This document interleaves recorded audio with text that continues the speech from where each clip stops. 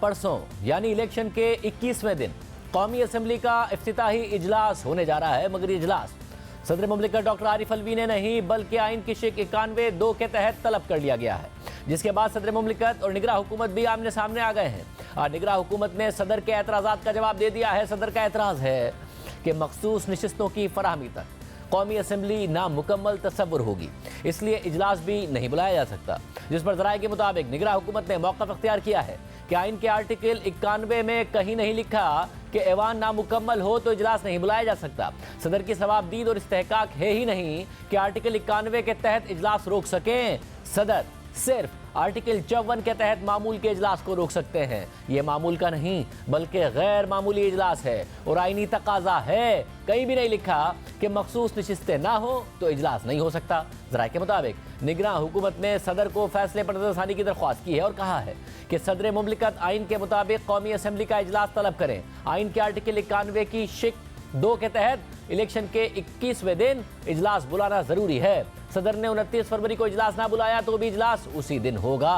एक तरफ जहां सदर मुमलिकत को निगरान हुकूमत ने वाज़ेह जवाब दे दिया है, तो वहीं इत्तेहादी जमातों ने भी आज अपनी हिकमत अमली तैयार कर ली है। जियो न्यूज़ के ज़राए के मुताबिक नून लीग और पीपल्स पार्टी ने आज मुशावरती इजलास में वफाक में हुकूमत साजी का मुजव्वज़ा शेड्यूल तैयार कर लिया है और साथ ही अपोजिशन के मुमकिन एहतजाज के खिलाफ हिकमत अमली भी तैयार कर ली है। ज़राए के मुताबिक मुजव्वज़ा शेड्यूल के मुताबिक 29 फरवरी को अरकान कौमी असेंबली हल्फ उठाएंगे, फिर 1 मार्च को स्पीकर और डिप्टी स्पीकर के लिए कागजात नामजदगी जमा होंगे, फिर 2 मार्च को स्पीकर और डिप्टी स्पीकर का इंतखाब खुफिया रायशुमारी से होगा। कायदे ऐवान के इंतखाब के लिए कागजात नामजदगी 3 मार्च को जमा किए जाएंगे और फिर 4 मार्च को कौमी असेंबली नए वजीर आजम का इंतखाब करेगी। ज़राए के मुताबिक इजलास में यह बात भी सामने लाई गई कि शहबाज शरीफ को वजीर आजम बनने के लिए 169 वोट दरकार हैं और इस वक्त नून लीग और इत्तेहादियों को 200 से ज़ायद अरकान की हिमायत हासिल है।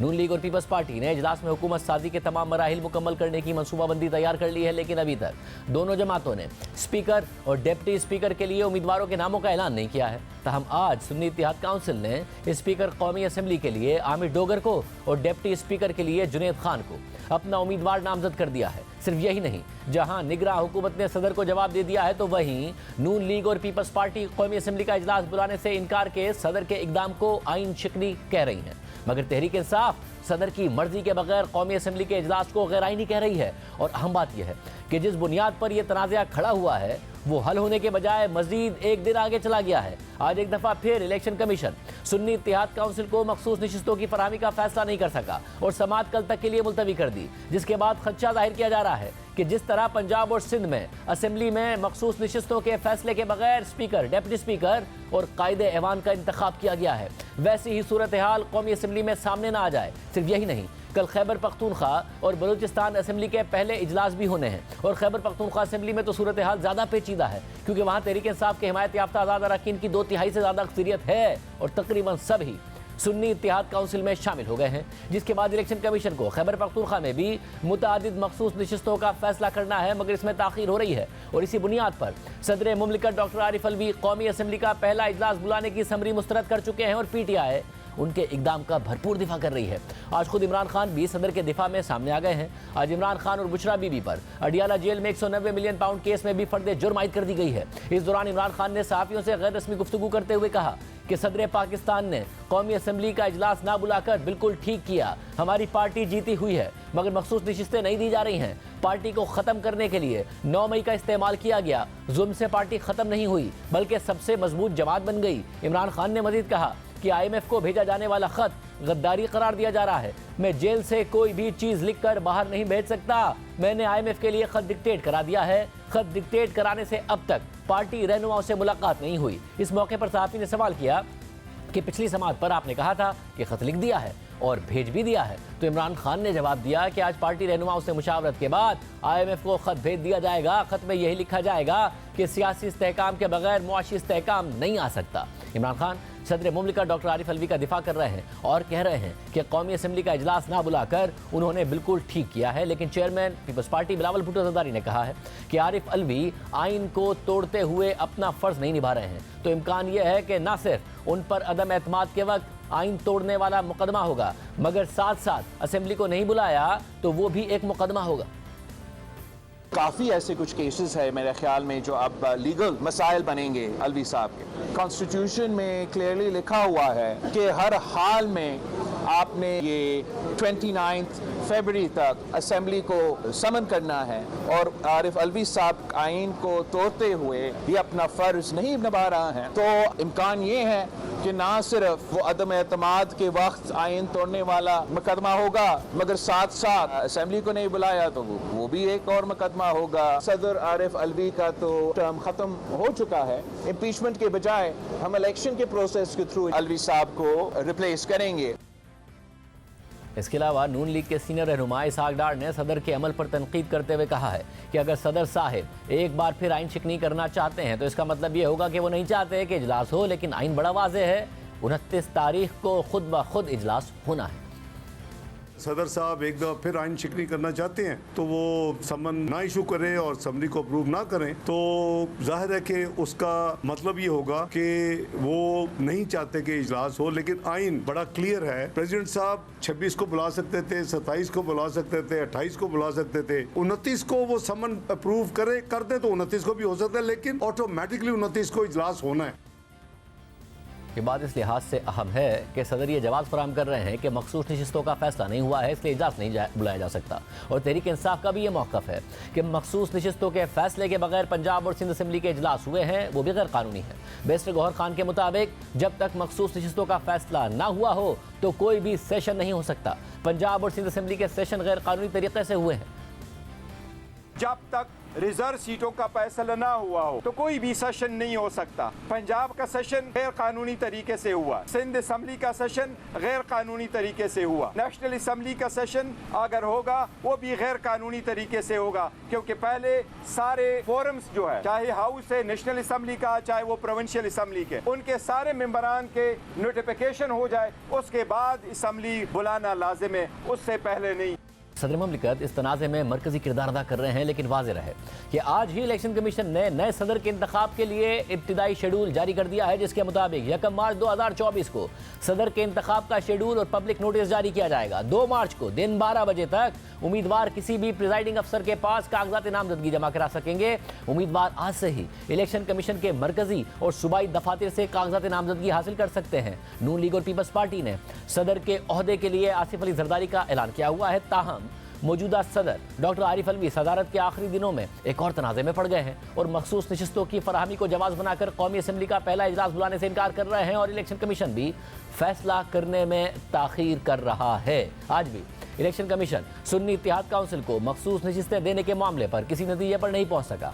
दौरान समाअत सुन्नी इत्तेहाद काउंसिल की तरफ से बैरिस्टर अली जफर ने मौक़िफ़ अख्तियार किया कि हम यहाँ अपनी मखसूस नशिस्त के लिए आए हैं। अगर सियासी जमातें नशिस्तें लेना चाहती हैं तो वो खुलकर कहें कि हम ये नशिस्त लेना चाहते हैं। MQM पीपल्स पार्टी और नून लीग बतौर जमात आकर क्लेम करें। मेरा एतराज़ है कि कोई ऐसे ही आ जाए और कहे कि ये नशिस्त मेरी है तो उसे नशिस्त नहीं मिल सकती। इस पर इलेक्शन कमीशन के रुकन ने कहा कि खालिद मकबूल सिद्दीकी आए हैं कि ये नशिस्तें आपको ना मिलें। इसके बाद पीपल्स पार्टी की तरफ से फारूक एच नाइक ने कहा कि हम बतौर सियासी जमात ही पेश हो रहे हैं। इलेक्शन कमीशन ने फैसला करना है कि सुन्नी इत्तेहाद काउंसिल को ये मखसूस नशिस्तें मिल सकती हैं या नहीं। अली जफर ने मौक़िफ़ इख्तियार किया कि किसी को हक नहीं है कि मेरी नशिस्तें ले, मेरी मखसूस नशिस्तों की दरख्वास्त भी मौजूद है। इस मौके पर बैरिस्टर गौहर खान ने इस्तदा की कि हमारी मखसूस नशिस्तों की दरख्वास्त भी समाअत के लिए मुकर्रर करें, तो चीफ इलेक्शन कमिश्नर ने कहा कि इलेक्शन कमीशन ने समाअत के लिए दरख्वास्तें मुकर्रर कर दी हैं। अली जफर साहिब आप इन सब केसेस में फरीक हैं। इस दौरान नून लीग की तरफ से आज़म नज़ीर तालब ने मौक़िफ़ इख्तियार किया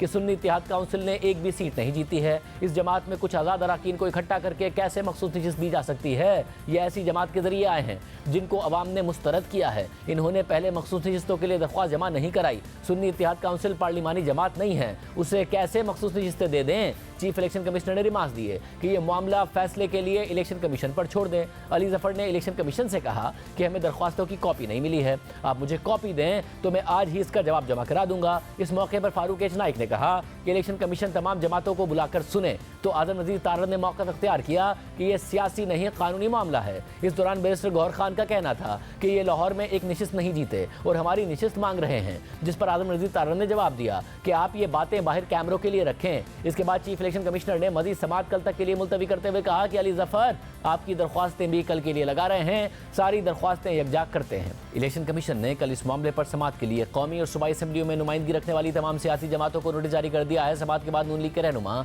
आजम नज़ीर तारड़ ने मीडिया से बात करते हुए मौक़िफ़ दोहराया कि अनहोनी बात है कि जिस सियासी जमात ने इंतखाबात में हिस्सा नहीं लिया, अगर हिस्सा लिया तो अवाम ने मुस्तरद कर दिया, बाद में उन्हें आज़ाद अरकान ने ज्वाइन कर लिया, तो वो कह रहे हैं कि हमें भी मखसूस नशिस्तें दी जाएँ। इसकी आइन और कानून में गुंजाइश नहीं है। ये एक अनहोनी बात है कि एक सियासी जमात जिसने इंतखाबात में हिस्सा नहीं लिया और अगर लिया तो अवाम ने उसे रिजेक्ट कर दिया और उसे एक सीट भी नहीं दी सुन्नी इत्तेहाद पाकिस्तान को। अब वो कहते हैं कि हमें कुछ आज़ाद लोगों ने ज्वाइन कर लिया है, लिहाजा हमें भी मखसूस नशिस्तें दी जाए। ये ना आइन में इसका कहीं गुंजाइश है और ना ही जो इलेक्शन एक्ट और उसके रूल्स हैं उसमें गुंजाइश है।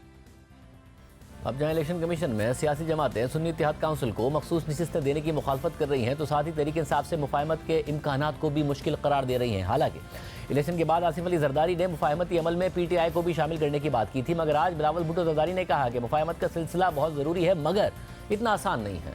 सबसे ज़्यादा गलतियाँ तो उस शख्स ने की जो आज अडियाला जेल में है और वो अपनी गलतियों को तस्लीम करने के लिए तैयार नहीं है। आज तक PTI मानने को तैयार नहीं है कि हमसे गलतियाँ हुई हैं। रेकन्सिलिएशन का प्रोसेस बहुत जरूरी है मगर इतना आसान नहीं। PTI का मसला ये है कि वो अपना कोई गलती ना तस्लीम करते हैं, ना इनका मौक़िफ़ ये है कि अगर उनको कल मौका मिला वो कोई और अंदाज में अपने आप को चलाएंगे। वो आज भी ना आइन में मानते हैं, ना जमहूरियत में मानते हैं, ना इस निज़ाम में मानते हैं। सबसे ज्यादा गलतियां तो उस शख्स ने किया जो आज अटियाला जेल में है। अगर वो अपना गलतियों को तस्लीम करने के लिए तैयार नहीं, सदर जरदारी ने तो ये पैगाम दिया कि जो रेकन्सिलिएशन का प्रोसेस वो करेगा उसमें PTI शामिल होगा। मैं समझता हूँ जो उसमें मुश्किलात होगा वो इतना कि आज तक PTI मानने को तैयार नहीं है कि हमसे कोई गलती। अगर हम सियासत के दायरे से बाहर जाके अपने सियासत करेंगे, कभी कोई मेनाइंद की शक्ल में किसी एक इदारा पे हमला करेंगे, कभी किसी और वजूहात की वजह से इस इदारा पे हमला करेंगे, तो हम अपने सियासी दायरे में नहीं रह रहे हैं। और फिर हम ना जुडिशरी से ये उम्मीद रखे, ना मेरे मीडिया के दोस्त से ये उम्मीद रखे, ना किसी और इदारा से ये उम्मीद रखे कि वो अपने दायरे में रह के काम करेंगे। नून लीग के सीनियर रहनुमा इसहाक डार ने इस हवाले से मौक़िफ़ अख्तियार किया कि आपने जब एक रेड लाइन को क्रॉस कर लिया तो वो वर्चुअली एक बगावत है। इसके बाद मुझे समझ नहीं आ रहा कि मुफाहमत कैसे होगी। जहाँ तक रिकन्सिलिएशन की बात है, अभी हमारे पास मैंडेट नहीं है। उसकी मेन वजह यह है कि आपने जब एक रेड लाइन को क्रॉस कर दी, आपने बाउंड्री क्रॉस कर दी, वो वर्चुअली बगावत है। वो जो काम है उसके बाद मैं समझता हूँ कि मुझे समझ नहीं है कि कैसे रिकन्सिलिएशन होगी। Short of that reconciliation was possible.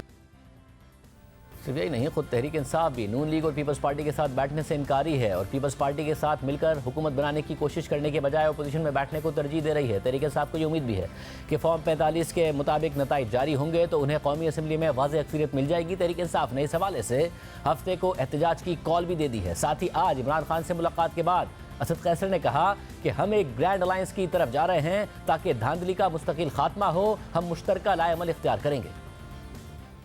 आज खान साहब ने मुझे क्लियर एक इंस्ट्रक्शन दी है कि आप जो है ना तमाम पार्टियों को 1 पॉइंट एजेंडा पे इकट्ठा करें और इसके ऊपर जो है ना हम एक ग्रैंड अलायंस की तरफ जा रहे हैं कि ये मुल्क में जो है ना कभी जो रिगिंग हो ये परमानेंट इसका जो है ना खात्मा हो और ये अवाम को हक मिले कि वो अपनी नुमाइंदगी कर सके। हम इंशाअल्लाह ताला नेक्स्ट लेवल पे जाएंगे। हम तमाम जो इलेक्शन के हवाले से जिसके कंसर्न है इसको इकट्ठा करेंगे और एक मुश्तरका तौर पर हम जो है ना आगे के लायबल तय करेंगे। जो सैटरडे को हमारा एहतजाज होगा, मेरे तमाम पाकिस्तानियों से इल्तिमास है, रिक्वेस्ट है, ख्वाहिश है कि अपने हक के लिए जो है ना वो सैटरडे को निकले।